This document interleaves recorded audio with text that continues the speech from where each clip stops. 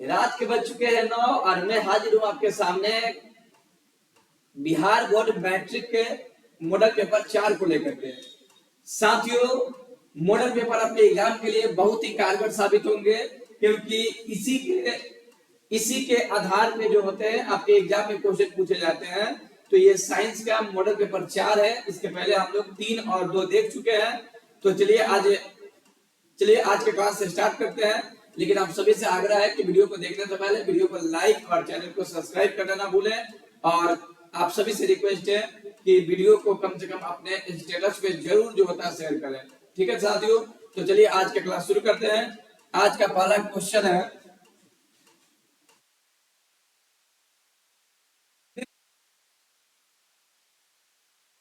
होता है लेंस के लिए प्रयुक्त नहीं होता है। ऑप्शन है जल, कांच, पीतल कि इनमें से कोई नहीं। जवाब देना है आपको। एक और बात साथियों, अगर आपको इसका आंसर पता है तो मेरे साथ साथ जो होता है कमेंट बॉक्स में जो होता है जवाब भी इसका देते चलना है कि इसका ऑप्शन ए होगा कि बी होगा कि सी होगा कि डी। तो साथियों इसका आंसर होगा किसका प्रयोग नहीं किया जाता है साथियों। तो कांच बनाने में पीतल का प्रयोग नहीं किया जाता है। जल हो सकता है, कांच, लेकिन पीतल का प्रयोग नहीं होता है लेंस बनाने में। ठीक है साथियों, तो अगला क्वेश्चन देखते हैं। अगला क्वेश्चन है कि निम्नलिखित में कौन संख्या प्रकाश के अपवर्तन के नियम का सही है। कह रहा है कि निम्नलिखित में कौन संख्या प्रकाश के अपवर्तन के नियमों के लिए सही है। आपको बता रहा है कि प्रकाश के अपवर्तन के लिए कौन सा नियम सही है साथियों। ऑप्शन है 2, 1, 3 और 5। तो प्रकाश के अपवर्तन का 2 नियम होता है। चाहे अपवर्तन कुछ पूछे चाहे परावर्तन पूछे, दोनों का 2 ही नियम होता है साथियों। ठीक है, अगला क्वेश्चन कमेंट बॉक्स में आप लोग। अगला क्वेश्चन है कि किसी वस्तु का प्रतिबिंब आंख के जिस भाग पर बनता है वह क्या। कि किसी वस्तु का प्रतिबिंब आंख के किस भाग पे बनता है।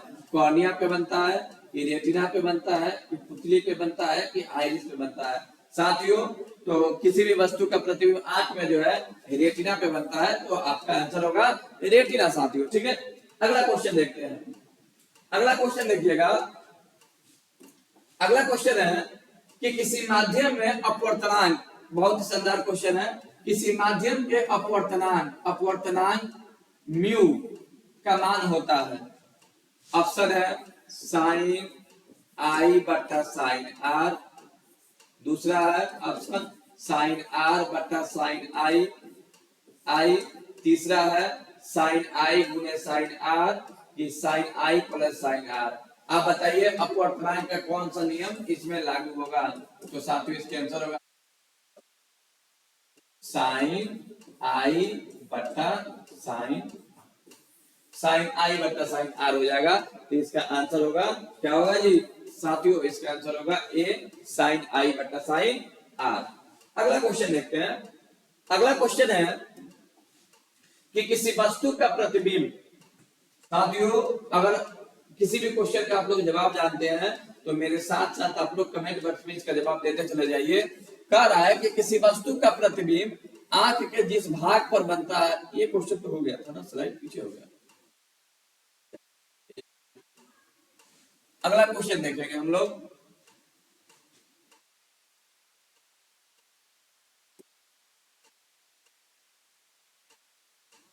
स्लाइड मिल नहीं रहा।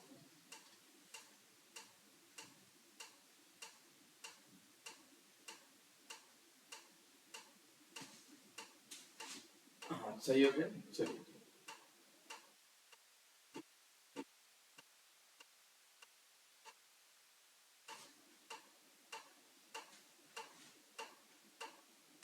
हाँ जी, अगला क्वेश्चन है। अगला क्वेश्चन है कि एक गोलीय दर्पण की फोकस दूरी +20 सेंटीमीटर है और ये है दर्पण। तो कह रहा है कि कौन सा दर्पण होगा। मैंने कहने का मतलब है कि उसको 20 से मतलब नहीं है, उसको फोकस दूरी बताइए किस दर्पण का प्लस होता है। क्वेश्चन ये कह रहा है, बहुत ही शानदार क्वेश्चन है। उत्तल, अवतल, समतलोत्तल की इनमें से कोई नहीं। साथियों याद रखिएगा, अवतल दर्पण का फोकस दूरी, अवतल दर्पण का फोकस दूरी निगेटिव होता है और उत्तल दर्पण का फोकस दूरी पॉजिटिव होता है। तो बताइए आंसर कौन होगा जी, जवाब दीजिए कमेंट में। इसका आंसर होगा उत्तल दर्पण। ठीक है, आगे बढ़ते हैं साथियों। अगला क्वेश्चन है कि तालाब का जल कम गहराई मालूम पड़ना। तालाब का जल का कम गहराई कह रहा है कि आपको बताइए कि तालाब कोई है, उसकी गहराई कम मालूम पड़ती है, किस कारण से इसकी गहराई कम मालूम पड़ती है आपको बताना है। ठीक है, तो साथियों ऑप्शन है परावर्तन, विवर्तन, अपवर्तन की ध्रुवण। बताइए कमेंट में इसका आंसर क्या होगा जी। साथियों इसका आंसर होगा सी अपवर्तन। अपवर्तन के कारण तालाब की गहराई कम मालूम पड़ता है। साथियों आप याद रखिएगा, अगर आप एकदम एग्रेसिव होकर के इस क्लास को देख रहे हैं तो आपके एग्जाम में एक भी ऐसा क्वेश्चन नहीं होगा जो छूट पाएगा। कारण ये है कि इसी प्रकार के क्वेश्चन या फिर यही क्वेश्चन जो है आपके एग्जाम में छपे रहेंगे। मन लगा के इस वीडियो को देखना है और आगे बढ़ते रहना है जी। साथियों आगे अगला क्वेश्चन देखते हैं। कह रहा है कि अवतल दर्पण की फोकस दूरी कैसी होती है। अभी आपको बताए थे जी इसके पहले वाले क्वेश्चन में, अवतल दर्पण की फोकस दूरी होती है। आपको बता रहा है कि अवतल दर्पण की फोकस दूरी कैसी होती है। ऑप्शन है ऋणात्मक, धनात्मक, ऋणात्मक और धनात्मक दोनों की शून्य।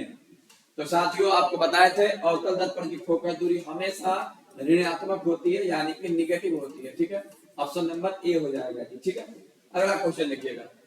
अगला क्वेश्चन है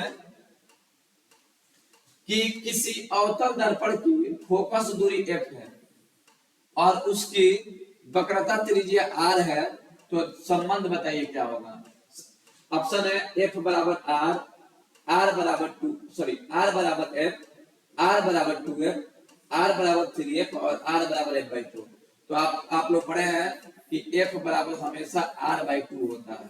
तो अगर हम r निकाले तो r बराबर हो जाएगा 2f, यानी जहां भी ऑप्शन होगा ये सही हो जाएगा। r बराबर क्या होता है 2f होता है साथियों। ठीक है, उम्मीद करते हैं कि सभी बच्चों का आंसर भी इसी प्रकार से आ रहा होगा।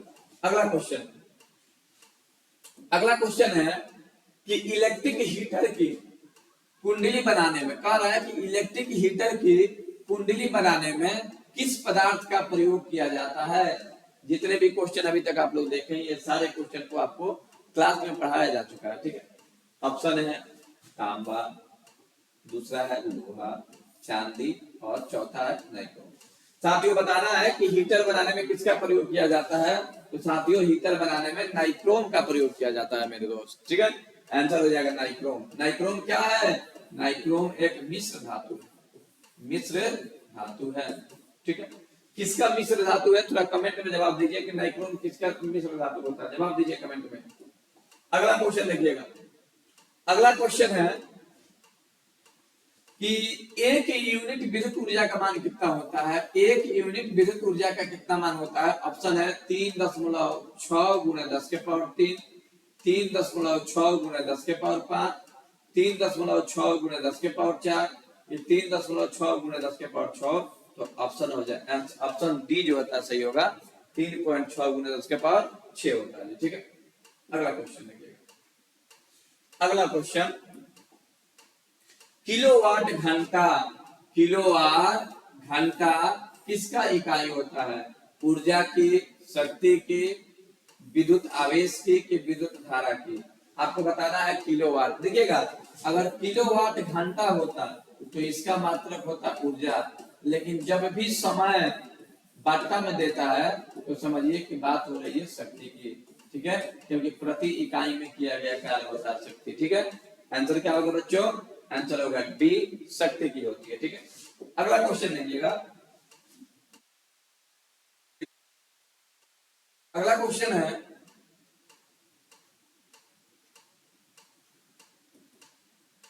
एक मिनट बच्चों, ठीक। अगला क्वेश्चन है कि विद्युत फ्यूज विद्युत धारा के किस सिद्धांत पे कार्य करता है। आपसे पूछा गया है कि विद्युत फ्यूज जो है विद्युत धारा के किस सिद्धांत पे कार्य करता है। ऊष्मीय, चुंबकीय, रासायनिक के में से कोई नहीं। साथियों आपको बताना है विद्युत धारा के किस सिद्धांत पर कार्य करता है। तो विद्युत फ्यूज विद्युत धारा के उसमें प्रभाव पर कार्य करता है। चलिए तो अगला क्वेश्चन देख रहे हैं। अगला क्वेश्चन देखिएगा और बड़ा ध्यान से देखिए, और जवाब जानते हो तो कमेंट में जवाब देना है जरूर, ठीक है। और वीडियो को लाइक करना बिल्कुल नहीं भूलना। जितने भी साथी वीडियो को देखेंगे वीडियो को लाइक करना नहीं भूलिए, क्योंकि रात के 8 बजे वीडियो रिकॉर्ड कर रहे हैं आपके लिए, ठीक है। तो इतना तो आप मेरे लिए कर ही सकते हैं। अगला क्वेश्चन देखिएगा, वोल्ट मीटर को विद्युत परिपथ में किस क्रम में जोड़ा जाता है। कह रहा है कि वोल्ट मीटर को किस क्रम में जोड़ा जाता है, श्रेणी क्रम में, समानांतर क्रम में, कि दोनों में, कि इनमें से कोई नहीं। जवाब दीजिए क्या होगा जी इसका आंसर। वोल्ट मीटर को हमेशा समानांतर क्रम में जोड़ा जाता है मेरे दोस्त, तो इसका आंसर हो जाएगा समानांतर क्रम। अगला क्वेश्चन देखिएगा, अगला क्वेश्चन है कि विद्युत परिपथ में दो बिंदुओं के बीच, विद्युत परिपथ में दो बिंदुओं के बीच विभवांतर मापने के लिए प्रयुक्त होता है। आपको बताना है साथियों कि दो बिंदुओं के बीच विभवांतर जो मापा जाता है वो किस क्रम में, किससे मापा, आमीटर से मापा जाता है, वोल्ट मीटर से मापा जाता है, गैल्वेनोमीटर से मापा जाता है, प्लग पूंजी से मापा जाता है। आपको बताना है कि विभवांतर को कैसे मापा जाता है, ठीक है साथियों। तो विभवांतर को वोल्ट मीटर से मापा जाता है, ठीक है। आगे बढ़ते हैं। अगला क्वेश्चन है, कह रहा है कि जल विद्युत संयंत्र किस ऊर्जा को विद्युत ऊर्जा में रूपांतरित करता है। कह रहा है कि जल विद्युत संयंत्र जो है किस ऊर्जा को विद्युत ऊर्जा में बदलता है। ऑप्शन है तापीय ऊर्जा, नाभिकीय ऊर्जा, सौर ऊर्जा की स्थितिज ऊर्जा। जल विद्युत संयंत्र, तो जल विद्युत संयंत्र जो होता है तापीय ऊर्जा से रिलेटेड होता है, तो इसका आंसर हो जाएगा ए। आगे बढ़ते हैं जी, आप लोग भी कमेंट में जवाब इसका देते रहना है। अगला क्वेश्चन, अगला क्वेश्चन है कि विद्युत बल्ब में कौन सी गैस भरी जाती है। जवाब देना है विद्युत बल्ब में कौन सी गैस भरी जाती है। नाइट्रोजन, एन, वायु, हवा, एयर है, ठीक है। निष्क्रिय गैस की हाइड्रोजन गैस। साथियों जवाब दीजिए, आंसर होगा सी, निष्क्रिय गैस। लेकिन अगर पूछता है कि निष्क्रिय गैस में कौन गैस भरा जाता है तो आपका आंसर होता आर्गन, ठीक है। आर्गन, और आर्गन का संकेत होता है ए आर, इसको भी याद रखिएगा। चलिए आगे बढ़ते हैं। अगला क्वेश्चन देखिए, जो क्वेश्चन आपको समझ में ना आया थोड़ा सा पॉज करके, वीडियो को पॉज करके देख लेना है, वीडियो को धीरे करके देख लेना है, ठीक है। आगे बढ़ते हैं। अगला क्वेश्चन है कि एक घोल नीले लिटमस पत्र को लाल कर देता है। नीला को लाल करता है जी, नीला को लाल करता है, नीला को लाल करता है, तो उस घोल का पीएच मान क्या होगा। याद रखिएगा, नीला को अगर लाल कर रहा है यानी वह पदार्थ जो है अम्ल रहा होगा, और अम्ल का पीएच मान 7 से कम होता है, 7 से कम होता है साथियों। तो बताइए 2 होगा, 9 होगा, 7 होगा कि 10। तो 7 से कम, यानी कि ऑप्शन हो जाएगा ए नंबर सही हो जाएगा, ठीक है। आगे बढ़ते हैं जी। अगला क्वेश्चन है बेंजीन, बड़ा ही शानदार है जी क्वेश्चन, कई बार एग्जाम में पूछा जा चुका है। बेंजीन का अणुसूत्र क्या है। साथियों आपको बताना है कि बेंजीन का अणुसूत्र क्या होता है। ऑप्शन है CH4, C2H6, C6H6 कि C2H4। तो साथियों इसका आंसर होगा सी, बेंजीन का अणुसूत्र होता है C6H6। कभी कभी साथियों कहता है कि बेंजीन का ना संरचना बनाइए, तो सभी बच्चा ध्यान देगा, बेंजीन का संरचना क्या होता है देखिएगा। इसका आंसर हो जाएगा सी। थोड़ा सा संरचना आपको हम बताएंगे, देखिएगा संरचना ये होता है, ठीक है। यहाँ पे डबल बॉन्ड और यहाँ पे दे दीजिएगा डबल बॉन्ड, ठीक है। ये हो गया बेंजीन। या फिर आप बेंजीन को ऐसे भी बना सकते हैं, अगर आपसे पूछे तो ऐसे भी बना सकते हैं, यहाँ पे गोल कर दीजिएगा, ये सटा हुआ होगा, तो ये बेंजीन का स्ट्रक्चर है, ठीक है। चलिए आगे बढ़ते हैं साथियों। एकदम एनर्जी में रहना सभी बच्चा को, ठीक है। इस बार के एग्जाम एकदम धुआं कर देना है, 450 से नीचे तो लाना ही नहीं है बच्चों, ठीक है। एकदम एनर्जी में रहिए आप लोग, एकदम जलवा जलाल कर देना है एग्जाम में। एग्जाम को डर लगे आपसे, ऐसा आप लोग पढ़ाई करिए कि क्वेश्चन एग्जामिनर को दिक्कत ये हो जाए कि क्वेश्चन कैसा सेट करे, ठीक है। आप एकदम इतना पढ़ के जाइए एकदम मॉडल पेपर को बेहतरीन करिए और जितना भी आपको मॉडल पेपर मार्केट में सबको पढ़ डालिए।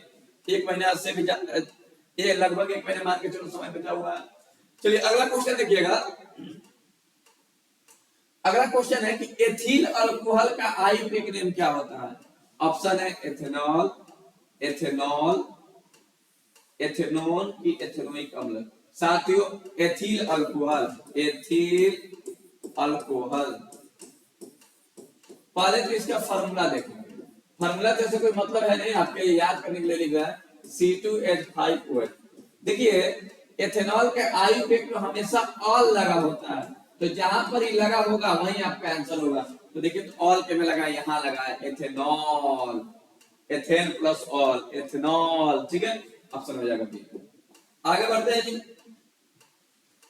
कह रहा है कि CnH2n निम्नलिखित में से किसका अणुसूत्र है? ये CnH2n कह रहा है किसका अणुसूत्र है?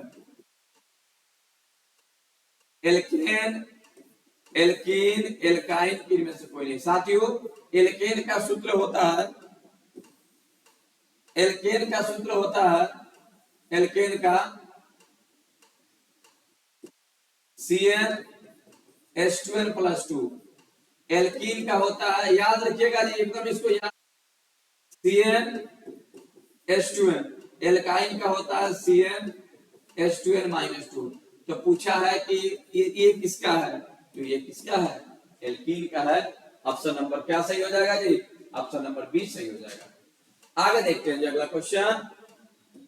अगला क्वेश्चन है साथियों, कितना होता है बताना है। लोहा को संकेत होता है, ऑप्शन है 23, 26, 25 की 24। तो लोहा का परमाणु संख्या 26 होता है मेरे दोस्त, तो आंसर क्या हो जाएगा? बी हो जाएगा। तो ऑप्शन बी सही करेंगे जी, ठीक है। अगला क्वेश्चन, अगला क्वेश्चन है कि स्टेनलेस स्टील में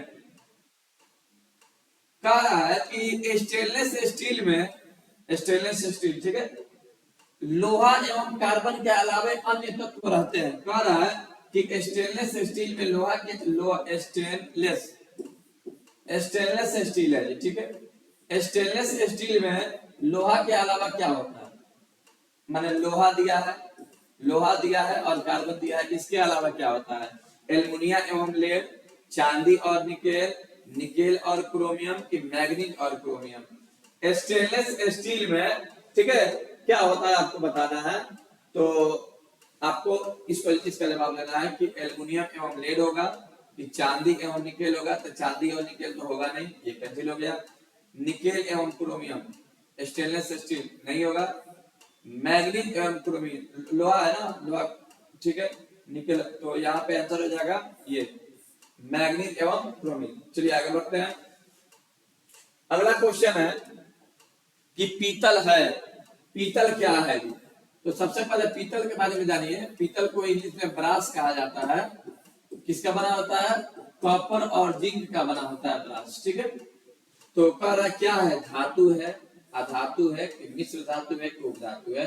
तो जब दो से बना है तो ये क्या होगा? मिश्र धातु होगा।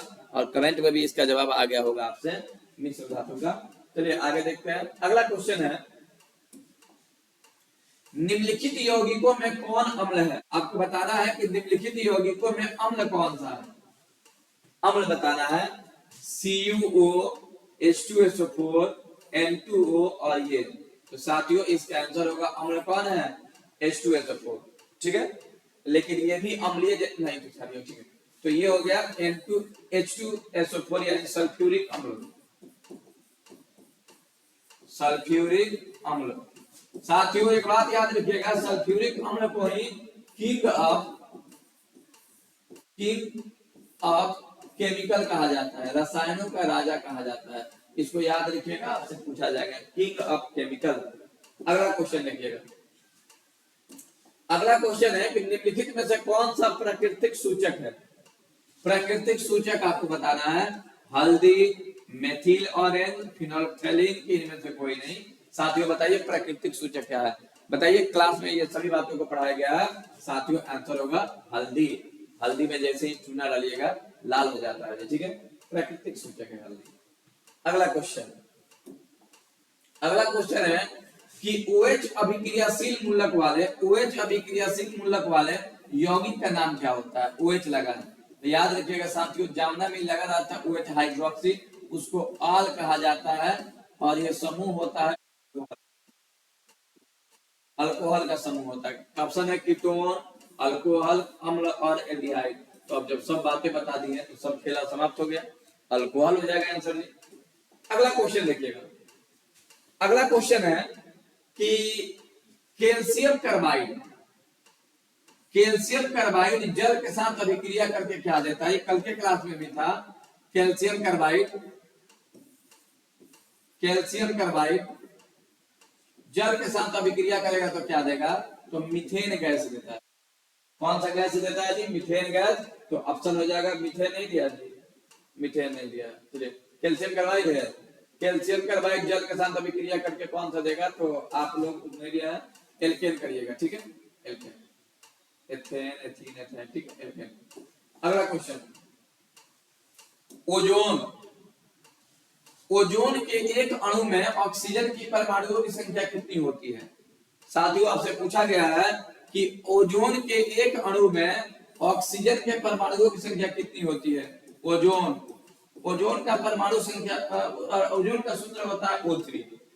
इसमें 3 गो ऑक्सीजन होते हैं। कितने ऑक्सीजन होते हैं जी? 3 ऑक्सीजन होते हैं। तो आंसर हो जाएगा 3। ठीक है साथियों, आगे बढ़ते हैं। अगला क्वेश्चन है कि कमरे के ताप पर द्रव अवस्था में रहने वाली धातु क्या है? देखिए पिछले जब हम लोग सीट बना रहे थे ना, तो उसमें पूछा था कि कमरे के ताप पर कौन सी धातु है जो द्रव होती है, इसमें धातु है। तो आपने देख रहा है ना, आप लोग देख रहे हैं ना कि पैटर्न कैसे पूछा जा रहा है। तो आपके एग्जाम में भी इसी प्रकार से क्वेश्चन आएगा। बस कम से कम 5 से 10 मॉडल पेपर बनाइए और एग्जाम क्लियर करके आइए, ठीक है। एक भी क्वेश्चन किधर से उधर नहीं होगा। कमरे के ताप पर द्रव अवस्था में रहने वाली धातु कौन है? पारा है, कैल्शियम है, लिथियम है कि सोडियम है? तो क्या होगा? पारा होगा। ऑप्शन क्या, संकेत क्या होगा? Hg। इसको मरकरी के नाम से भी जाना जाता है। अगला क्वेश्चन, ये पिछले मॉडल पेपर में भी था, ठीक है। कह रहा है कि सरलतम हाइड्रोकार्बन है, सरलतम हाइड्रोकार्बन। बच्चों याद रखिएगा, जब भी सरलतम हाइड्रोकार्बन पूछा जाएगा ना, तो जिसमें सबसे कम कार्बन होगा ना, उसी को सरलतम कहते हैं। जैसे मीथेन का फॉर्मूला CH4, एथेन का C2H6, प्रोपेन का C3H8 और ब्यूटेन का C4H10। सरलतम कौन है? तो इसमें कार्बन कम है, तो कार्बन कम है तो मीथेन हो जाएगा। मीथेन को याद रखिएगा, मार्स गैस के नाम से जाना जाता है। मार्स गैस, मार्स गैस के नाम से जाना जाता है इसको, ठीक है। मीथेन गैस कीचड़ में पाया जाता है। अगला क्वेश्चन है कि निम्नलिखित में कौन क्षारीय ऑक्साइड है? साथियों क्षारीय ऑक्साइड, ऑप्शन है SO2, NO2, P2O5 या N2O। साथियों याद रखिएगा, धातु के ऑक्साइड, धातु के ऑक्साइड क्षारीय होता है और अधातु के ऑक्साइड, अधातु के अम्लीय होता है, ठीक है। तो क्षारीय पूछा है यानी कि धातु के ऑक्साइड बताना है। तो देखिए धातु कौन है इसमें? धातु यहाँ पे सोडियम है, यानी ऑप्शन हो जाएगा डी, ठीक है। अगला क्वेश्चन, अगला क्वेश्चन है, अगला क्वेश्चन है कि बेकिंग पाउडर एक मिश्रण है, किसका बताना है जी आपको? बेकिंग पाउडर किसका मिश्रण है? Na2CO3। पहले तो बेकिंग पाउडर का फॉर्मूला जान लो। बेकिंग पाउडर यानी खावा सोडा, फॉर्मूला होता है NaHCO3, ठीक है। तो कह रहा है किसका मिश्रण है बताइए? तो NaCO3 है तो कैंसिल हो जाएगा। दूसरा ऑप्शन ये है, तीसरा ये है और चौथा ये है। तो याद रखिएगा बेकिंग पाउडर जो होता है NaHCO3 और टार्टेरिक अम्ल का जो होता है मिश्रण होता है, ठीक है। ऑप्शन हो जाएगा बी। बहुत ही शानदार क्वेश्चन है। चलिए अब बायोलॉजी का क्वेश्चन यहाँ से शुरू हो गया। बायोलॉजी वाले टीचर जो होता है इसका जवाब देंगे आपको, तो इसको हम लोग स्किप करेंगे। न्यूक्लियस शब्द किसके द्वारा दी गई थी? न्यूक्लियस यानी कि न्यूक्लियस के बारे में, केंद्रक के बारे में कौन बोला था? रॉबर्ट ब्राउन, रॉबर्ट हुक की पोलार्ड कि बी चार्ज, ठीक है। तो इसका आंसर होगा रॉबर्ट ब्राउन, रॉबर्ट हुक। और साथियों देखिए बायोलॉजी के जितने भी क्वेश्चन आएंगे जवाब आपको देना है, बायोलॉजी वाले टीचर इसका करेक्शन करेंगे। तो चलिए आगे बढ़ते हैं। अब पौधे में भोजन किस रूप में जमा होता है? पौधों में भोजन जो है किस रूप में जमा होता है? ग्लूकोज के रूप में, प्रोटीन के रूप में, स्टार्च के रूप में, कि फैटी एसिड के रूप में? आपको जवाब देना है इसका। तो जितने भी साथी देख रहे हैं इस वीडियो को, इसका ऑप्शन में जवाब दीजिए कि क्या होगा, ठीक है। 34 नंबर क्वेश्चन आपके हवाले है, ऐसे स्टार्च इसका आंसर होगा, लेकिन आगे बढ़ते हैं, ठीक है। अगला क्वेश्चन, प्रसिद्ध पुस्तक द माइक्रोग्राफिया किसके द्वारा लिखी गई है? रॉबर्टसन के द्वारा, कि ब्राउन के द्वारा, कि डार्विन के द्वारा, कि रॉबर्ट हुक के द्वारा? साथियों आपको बताना है कि इसका आंसर क्या होगा। तो इसका जवाब आपको दिया जाए कि क्या होगा, कमेंट में हम आपके कमेंट का इंतजार कर रहे हैं, बताइए कौन सा इसका आंसर होगा जी, ठीक है। आगे बढ़ते हैं। पौधों और पशुओं की कोशिकाओं का वैज्ञानिक अध्ययन क्या कहलाता है?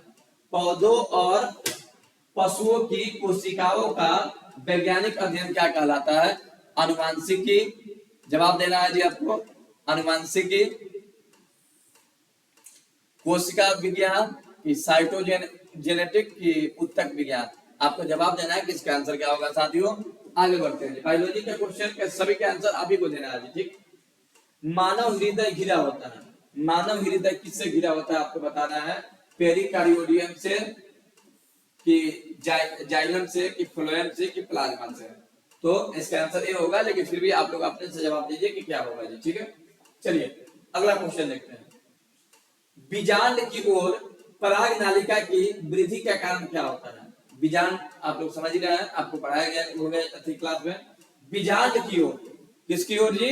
बीजांड, बीजांड की ओर पराग नालिका की वृद्धि का कारण क्या है? पराग नालिका की वृद्धि का कारण क्या है? हाइड्रोटॉपिज्म, की क्रोमेटोग्राम, बाप रे जो भी है आप लोग इसका आंसर का जवाब, इसका आंसर जो है आप लोग कमेंट बॉक्स में दें। अगला क्वेश्चन देखिए, हम टीचर जो है फिजिक्स और केमिस्ट्री के हैं, इसलिए बायो का क्वेश्चन आपके हवाले है, क्योंकि बायो वाले सर भी है नहीं, तो आप लोग जवाब इसका दे दीजिएगा, वो चेक कर लेंगे, ठीक है। तो जवाब दीजिएगा। मनुष्य में श्वेत रक्त कोशिकाओं की जीवन अवधि कितनी होती है? ऑप्शन है, क्वेश्चन है कि मनुष्य में श्वेत रक्त कोशिकाओं का जीवन अवधि कितनी होती है? 12 से 20 दिन, 2 से 3 दिन, 20 से 30 दिन, कि 4 महीने के अधिक? जवाब देना है जी, कमेंट में इसका जवाब आप लोग देंगे कितना होगा। अगला क्वेश्चन, अगला क्वेश्चन है कि रक्तपीत कहां से स्रावित होता है? साथियों आपको बताना है कि रक्तपीत कहां से स्रावित होता है। ऑप्शन है यकृत, ऑप्शन है यकृत, ऑप्शन है यकृत, ठीक है। दूसरा ऑप्शन है मुख्य गुहा, तीसरा है अमाशय, चौथा है छोटी आंत। तो इसका जवाब आप लोग दीजिए कि पित्त रस कहां से स्रावित होती है, ठीक है। अगला क्वेश्चन देखिएगा, अगला क्वेश्चन है कि किस जीव में हीमोग्लोबिन होता है? साथियों आपको बताना है कि हीमोग्लोबिन किस जीव में होता है? पक्षी में, मक्खी में, कि मनुष्य में, कि इनमें से कोई नहीं? तो इसका आंसर ऐसे भी क्या होगा? मनुष्य होगा, लेकिन कमेंट में आपको जवाब देना है। अगला क्वेश्चन देखिएगा, हीमोग्लोबिन की कमी से कौन सा रोग होता है? हीमोग्लोबिन की कमी से कौन सा रोग होता है? ये बच्चा जानता है, मधुमेह, पीलिया, एनीमिया, की डायरिया? तो साथियों इसका आंसर क्या होगा? एनीमिया। फिर भी आप लोग कमेंट में इसका जवाब देंगे कि सही है कि गलत है, ठीक है। चलिए जी आगे बढ़ते हैं। अगला क्वेश्चन है, आहार नाल में अवशेषी अंग है। क्वेश्चन है साथियों कि मनुष्य के आहार नाल में अवशेषी अंग है। कोलन, एपिडिडिक्स, एपिडिक्स, सीकम का इत्यादि, रेक्टम? जवाब देना जी इसका कि इसका आंसर क्या होगा। जवाब देना आप लोग कमेंट में ना भूलिए। चलिए अगला क्वेश्चन देखते हैं। अगला क्वेश्चन है कि निम्नलिखित में से कौन सा ट्रिपेसिड एंजाइम का कार्य करता है? बताना है किस एंजाइम के कार्य कौन करता है। वसा का माने कौन सा कार्य करता है ये एंजाइम, ठीक है। वसा का पाचन करता है, कार्बोहाइड्रेट का पाचन करता है, कि प्रोटीन का पाचन करता है, कि इनमें से सभी? तो जवाब इसका आप लोग दीजिएगा कि इसका आंसर क्या होगा। अगला क्वेश्चन, ये सब बायोलॉजी का क्वेश्चन है जी, तो बायो वाले क्वेश्चन आप ही लोग करेंगे क्योंकि बायो हमको बहुत आता है, ठीक, इतना आता है इसलिए आप लोग अब दीजिए। अगला क्वेश्चन है कि मुख्य गुहा में आहार का कौन सा भाग, कि मुख्य गुहा में आहार का कौन सा भाग पाचन होता है, प्रोटीन का, कार्बोहाइड्रेट का, वसा का, कि न्यूक्लिक अम्ल का। तो जवाब देना है साथियों कि इसका आंसर क्या होगा, ठीक है। चलिए आगे बढ़ते हैं। ऑक्सीजन का वाहक होता है, आपको बताना है साथियों कि ऑक्सीजन का वाहक कौन होता है, WBC, लसिका, RBC, की इनमें से कोई नहीं। तो साथियों जवाब दीजिए इसका कि क्या होगा, फटाफट कमेंट बॉक्स में जवाब दीजिए इसका। अगला क्वेश्चन है कि रक्त में शर्करा का स्तर नियंत्रित करता है, आपको बताना है कि रक्त में शर्करा का स्तर नियंत्रित करता है कौन, आपको बताना है साथियों।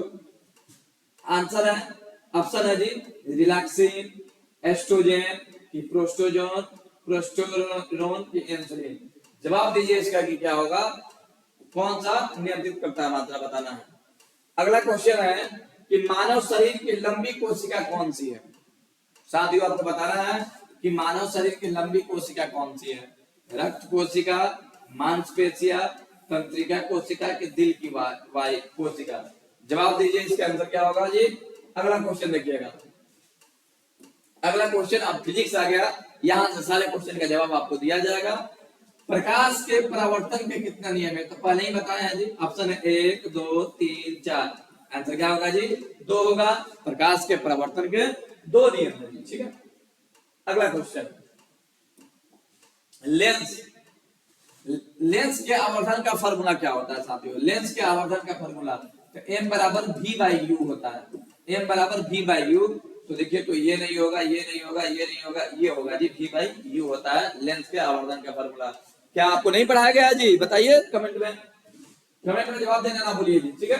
अगला क्वेश्चन, दर्पण सूत्र क्या होता है, आपको बताना है साथियों दर्पण सूत्र क्या होता है। तो दर्पण सूत्र ऑप्शन नहीं बुझा रहा होगा, कमेंट में आप लोग जवाब ही दे दीजिए कि क्या होगा। हम एक मिनट 10 सेकंड इंतजार करना है, ठीक है। ऑप्शन जो है बहुत ही खराब लिखा गया है, इसलिए आप लोग जवाब दीजिए। इसका आंसर होगा 1 + u प्लस 1/v बराबर 1/f। यही होता है जी lens formula, 1/u plus 1/v बराबर 1/f, ठीक है। अगला क्वेश्चन है कि टिंडल प्रभाव प्रदर्शित करता है, आपको बताना है कि टिंडल प्रभाव कौन प्रदर्शित करता है, प्रकाश का परावर्तन, प्रकाश का वर्ण विक्षेपण, कि प्रकाश का अपवर्तन, की प्रकाश का प्रकीर्णन। तो साथियों इसका आंसर होगा डी, प्रकाश का परावर्तन, प्रकाश का प्रकीर्णन जो होता है टिंडल प्रभाव की घटना को दिखाता है, ठीक है। अगला क्वेश्चन देखिए, कौन सा लेंस हवा में, अभिसारी लेंस बताना है, अभिसारी, ठीक है, अभिसारी लेंस। आपको कमेंट में जवाब देना है, हम तो बताएंगे ही। अवतल लेंस को कहते हैं कि उत्तल लेंस को कहते हैं, कि अवतल लेंस और उत्तल लेंस दोनों को कहते हैं, इनमें से कोई नहीं साथियों। अभिसारी लेंस की बात करें तो अभिसारी लेंस जो है उत्तल लेंस को कहा जाता है और दर्पण में अवतल को कहा जाता है, ठीक है। तो याद रखिएगा अभिसारी लेंस कौन होगा, तो अभिसारी लेंस होगा उत्तल लेंस, ठीक है। अगला क्वेश्चन है कि उत्तल दर्पण में प्रतिबिंब बनता है, आपको बताना है कि उत्तल दर्पण में प्रतिबिंब बनता है किसके कारण, कैसा बनता है बताना है। वास्तविक बनता है, आभासी बनता है, वास्तविक और आभासी दोनों बनता है, कि इनमें से कोई नहीं। साथियों उत्तल दर्पण में प्रतिबिंब जो होता है हमेशा आभासी बनता है, क्या बनता है जी, आभासी बनता है, ठीक। उत्तल दर्पण में प्रतिबिंब हमेशा आभासी बनता है, क्लियर। तो इसका आंसर हो जाएगा बी, आभासी, ठीक है। आभासी माने काल्पनिक। अगला क्वेश्चन है कि प्रकाशिक माध्यम कितने प्रकार के होते हैं, प्रकाशिक माध्यम कितने प्रकार के होते हैं। तो साथियों प्रकाशिक माध्यम 2 प्रकार के होते हैं, एक सघन होता है, सघन माध्यम, ठीक है, प्रकाशिक माध्यम, और एक होता है विरल। विरल माध्यम। तो साथियों प्रकाशिक माध्यम आपसे पूछा जाए तो इसका आंसर होगा 2। ठीक है, डेंसर और रेयरर यानी कि सघन और विरल। अगला क्वेश्चन, डायनेमो परिवर्तित करता है। क्वेश्चन है साथियों कि डायनेमो परिवर्तित करता है। डायनेमो आप देखे हैं, ठीक, विद्युत ऊर्जा को यांत्रिक ऊर्जा में, कि यांत्रिक ऊर्जा को विद्युत ऊर्जा में, रासायनिक ऊर्जा को विद्युत ऊर्जा में, कि विद्युत ऊर्जा को रासायनिक ऊर्जा में। आपको बताना है कि डायनेमो कैसे कार्य करता है। तो डायनेमो जो होता है यांत्रिक ऊर्जा को विद्युत ऊर्जा में कार्य करता है। ठीक है, यांत्रिक ऊर्जा को विद्युत ऊर्जा में कार्य करता है, बदलता है जी। ठीक है, अगला अगला क्वेश्चन है कि इलेक्ट्रॉन पर आवेश होते हैं। इलेक्ट्रॉन पर कितना आवेश होते हैं आपको बताना है। -1.6 गुणे 10 के पावर 20 कूलम, -1.6 गुणे 10 के पावर 27 कूलम, कि -1.6 गुणे 10 के पावर 19 कूलम। ये तो आपका आंसर होगा ये। इलेक्ट्रॉन को पूछेगा तो -1.6 गुणे 10 के पावर -19 कूलम, ये किसके लिए है, तो इलेक्ट्रॉन के लिए है। लेकिन क्वेश्चन अगर आपको घुमा दे कि प्रोटॉन के लिए कितना होता है, तो प्रोटॉन के लिए होता है +1.6 गुणे 10 के पावर प्रोटॉन। अगर आपसे कोई पूछ दे कि बताइए न्यूट्रॉन पे कितना चार्ज होता है, तो 0 होता है न्यूट्रॉन पे। इन तीनों को याद रखिएगा, फंडामेंटल पार्टिकल है। ठीक है, इलेक्ट्रॉन, प्रोटॉन और न्यूट्रॉन। आगे बढ़ते हैं साथियों। अगला क्वेश्चन है कि खिलौना में किस प्रकार का सेल होता है। खिलौना जो बनता है उसमें किस प्रकार का सेल होता है। सूखा सेल, डेनियल सेल, सौर सेल, इनमें से कोई नहीं। देखिए अब तो खिलौना जो बन रहा है उसमें सौर सेल भी आ रहा है, लेकिन आपके किताब के हिसाब से हम लोग आंसर करेंगे सूखा सेल, जैसे बैटरी लगता है। ठीक है, वोल्टेज सेल, सूखा सेल को ही वोल्टेज सेल कहते हैं। ठीक है, तो बच्चों याद रखिएगा वोल्टेज सेल यूज होता है। इसका खोज किसने किया था, अलेक्सांद्रो वोल्ट ने किया था। अगला, कार्य करने की क्षमता को क्या कहते हैं। कार्य क्षमता को क्या कहते हैं, बल कहते हैं, शक्ति कहते हैं, ऊर्जा कहते हैं, कि क्या कहते हैं। तो कार्य करने की क्षमता को ऊर्जा कहते हैं। जितना कार्य ऊर्जा होगा उतनी आप कार्य कर पाओगे। चलिए जी आगे बढ़ते हैं। अगला क्वेश्चन है कि निम्न में से कौन सा विस्थापन अभिक्रिया का एक उदाहरण है। निम्न में से कौन सा विस्थापन अभिक्रिया का एक उदाहरण है। CaCO3 है, ये गर्म जैसे ही करिएगा 2 भाग में टूट जाता है, तो ये है वियोजन अभिक्रिया।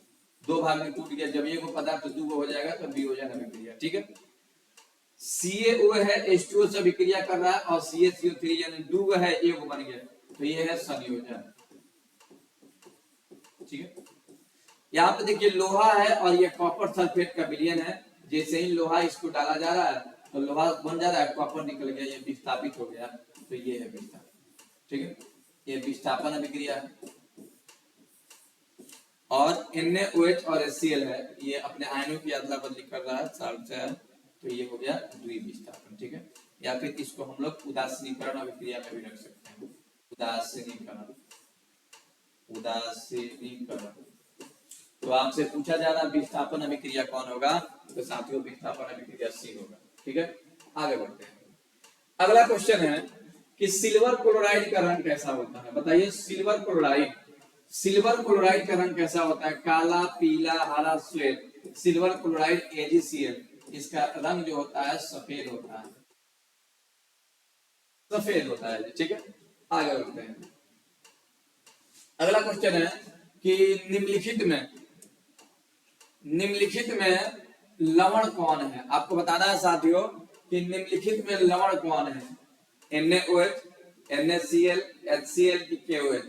तो देखिए ये क्षार है, ये अम्ल है, में धातु अधातु है, यानी कि ये है लवण, ये लवण है, और ये है क्षार। तो आपसे पूछा लवण कौन होगा, तो लवण होगा NaCl होगा जी। ठीक है, अगला क्वेश्चन देखिएगा। अगला क्वेश्चन है कि तूतिया, कुतिया मंत्र पढ़ लीजिएगा जी, तूतिया लिखा हुआ है। ठीक है, तूतिया यानी तूतिया को नीला तोता कहते हैं। अणु सूत्र क्या होता है, CuSO4 × 5H2O। बी ऑप्शन गायब है, CHCl3 है, KOH। ठीक है, CHCl3 है, इसका आंसर हो जाएगा CaSO4 × 5H2O, नीला तोता है। ठीक है, तूतिया का नाम से जाना जाता है। गंधक, गंधक को सल्फर कहा जाता है साथियों, ठीक है। कह रहा है कि गंधक का परमाणु संख्या होता है, तो गंधक को सल्फर कहते हैं। 14, 15, 16, 17। कमेंट में जवाब दीजिए कि गंधक का परमाणु संख्या कितना होता है। चलिए कमेंट कीजिए तो सभी लोग। तो गंधक में परमाणु संख्या 16 होता है, तो ऑप्शन होगा सी। अगला क्वेश्चन, अधातु। अभी इसके पहले बताया भी है जी। कह रहा है कि अधातु के ऑक्साइड होते हैं, उदासीन होते हैं, अम्लीय होते हैं, क्षारीय होते हैं, इनमें से कोई नहीं। तो अधातु का ऑक्साइड जनरली जो होता है अम्लीय होता है, प्रायः कुछ का उदासीन होता है, लेकिन उदासीन आप नहीं करोगे, ज्यादातर अम्लीय होता है, ठीक है। चलिए आगे बढ़ते हैं। कार्बन है, कमेंट में जवाब दीजिए तो क्या है कार्बन। कार्बन है धातु है कि अधातु है कि उपधातु है कि मिश्र धातु है। तो कार्बन क्या है साथियों, कार्बन है क्या लग गया, कार्बन पूछा जा रहा क्या है। तो कार्बन साथियों याद रखिएगा, कार्बन जो है अधातु है, ठीक है। कार्बन अधातु है, उपधातु नहीं लगाना है। कमेंट में आपको जवाब दीजिए इसका। अगला कह रहा है कि निम्नलिखित में जवाब दीजिएगा। देखिए असंतृप्त हाइड्रोकार्बन, तो असंतृप्त हाइड्रोकार्बन दो गो होता है, या तो एल्कीन या फिर एल्काइन। एल्कीन का फार्मूला CnH2n और एल्काइन का फार्मूला CnH2n-2, ठीक है। तो बताइए कितने CH4, ये नहीं, C2H6, C2H4 ये, तो ये है मीथेन यानी एल्केन समूह है, ठीक है। ये है इथेन और ये है इथीन, तो बोले ना इथीन, इन वाला, तो आंसर हो जाएगा क्या, सी हो जाएगा। अगला क्वेश्चन देखिए। अगला क्वेश्चन है कि एरोमेटिक हाइड्रोकार्बन कौन है। देखिए एरोमेटिक हाइड्रोकार्बन कौन है, तो जो रिंग के रूप में रहता है ना, रिंग के रूप में ऐसा हो या फिर ऐसा हो या फिर ऐसा हो या फिर ऐसा हो, रिंग के रूप में होगा तो एरोमेटिक होगा। CH4 नहीं होगा, C2H6 नहीं होगा, C6H6 और ये, तो आंसर होगा ये, क्योंकि इसको बेंजीन कहते हैं।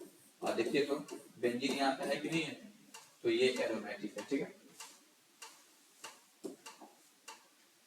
अगला क्वेश्चन देखिएगा। निम्नलिखित में से कौन सा अक्रिय गैस है, आपको बताना है कि अक्रिय गैस कौन सा है। कार्बन, हीलियम, चांदी के हाइड्रोजन। जवाब दीजिएगा आप कमेंट में जी। इसका आंसर होगा हीलियम। हीलियम जो है अक्रिय गैस है। आगे बढ़ते हैं। अगला क्वेश्चन है कि निम्नलिखित में कौन उपधातु है, आपको बताना है कि उपधातु कौन सा है। उपधातु बताना है, कॉपर, निकेल, Sb, Fe, पिछले में भी था, इसका आंसर होगा Sb। Sb जो है धातु है, ठीक है। अगला क्वेश्चन, पौधों में श्वसन होता है, आपको बताना है पौधों में श्वसन कैसे होता है, जड़ में, पत्तियों में कि तना में कि इनमें से सभी। तो इसका आंसर होगा सब में होता है जी, लेकिन आपको जवाब खुद से देना है कमेंट में, क्योंकि ये बायो का क्वेश्चन है, ठीक है। अगला क्वेश्चन, निम्न में से स्वपोषी है, आपको बताना है कि स्वपोषी कौन सा है निम्न में से। निम्न में स्वपोषी कौन है, हरे पौधे, मछली, कीट की अमीबा। जो अपना भोजन खुद से बना ले स्वपोषी, इसका आंसर हरे पौधे होंगे, स्वपोषी होंगे, लेकिन कमेंट में आपको जवाब देना है जी, आप दीजिएगा। अगला क्वेश्चन, कह रहा है कि कौन सी बीमारी श्वसन तंत्र से संबंधित है, माने कह रहा है कि कौन सी बीमारी श्वसन तंत्र से संबंधित है, सांस लेने में दिक्कत होती है।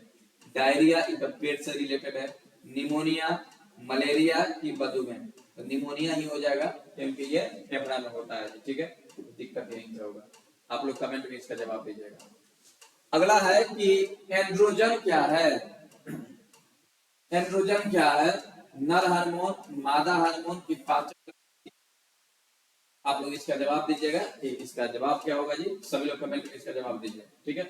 अगला क्वेश्चन, कह रहा है कि रुधिर चाप नियंत्रित होता है। कह रहा है कि रुधिर चाप जो है किसके द्वारा नियंत्रित होता है, थाइमस के द्वारा, थायराइड के द्वारा, कि एड्रिनल के द्वारा, कि वृषण के द्वारा। तो कमेंट में इसका जवाब दिया जाए कि कौन सा आंसर सही होगा जी। अगला क्वेश्चन, अगला क्वेश्चन है, एक लिंगी पादप का उदाहरण है। एक लिंगी के पादप कौन सा उदाहरण है, पपीता, सरसों, उड़हुल की मटर। कमेंट में जवाब दीजिए इसका, क्योंकि सारे सब्जेक्ट बायोलॉजी टीचर के द्वारा पढ़ाया जा चुका है, सारे क्वेश्चन को जवाब दीजिएगा, ठीक है। अगला क्वेश्चन, निम्नलिखित में से कौन सा मादा मादा भाग नहीं है? मादा जन्म तंत्र का भाग नहीं है, यानी कि मादा में नहीं पाया जाता, महिलाओं में नहीं पाया जाता है। अंडाशय होता है, गर्भाशय होता है, शुक्र वाहिका, डिंब वाहिनी, ठीक है, तो शायद ये नहीं होता है। सी, कमेंट में आप लोग जवाब दीजिएगा। ठीक,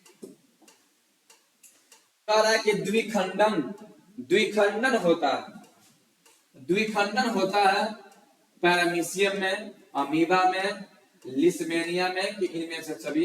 तो बच्चों आप लोग कमेंट में जवाब दीजिएगा कि इसका आंसर क्या होगा। अगला क्वेश्चन देखते हैं। अगला क्वेश्चन है कि टेस्टोस्टेरोन स्रावित होता है वृषण से, वृक्क से, अंडाशय से, इससे? तो कमेंट में इसका जवाब देंगे आप लोग, ठीक है, किससे प्रभावित होता है ये हार्मोन, ठीक है। अगला क्वेश्चन, मानव मस्तिष्क का औसत भार होता है 1 केजी, 2 केजी, 1.4 केजी, इनमें से कोई नहीं। तो इसका भी जवाब आप ही को देना है, कमेंट में जवाब दिया जाए इसका क्या होगा जी, ठीक है। तो इसी के साथ साथ ये आपका 80 क्वेश्चन का जो है ये मॉडल पेपर समाप्त हुआ। बच्चों आपको अगर इस एग्जाम को अच्छे से क्लियर करना है, अगर आपको साइंस में 40 लाना है ऑब्जेक्टिव में, तो आपको मॉडल पेपर एकदम अच्छे तरीके से देखना चाहिए। तो एकदम अच्छे तरीके से मॉडल पेपर को आप लोग देखिए, और इन जितने भी क्वेश्चन पढ़ाए गए ध्यान रखिएगा, इसके बाद वाले भी हम जो मॉडल पेपर पढ़ाएंगे ना मिलता जुलता रहेगा, इसलिए मॉडल पेपर बनाना बेहद जरूरी है। तो इस वीडियो में इतना ही। वीडियो को आप लोग जो होता है अगर यहाँ तक देख लिए हैं, तो अगर चैनल को सब्सक्राइब नहीं किए तो चैनल को सब्सक्राइब करिए, वीडियो को लाइक करना मत भूलिए, लाइक का बगल में निशान है, आप लोग लाइक करना ना भूलें, और वीडियो को अपने स्टेटस पे लगाना और शेयर करना ना भूलिए। इतना ही।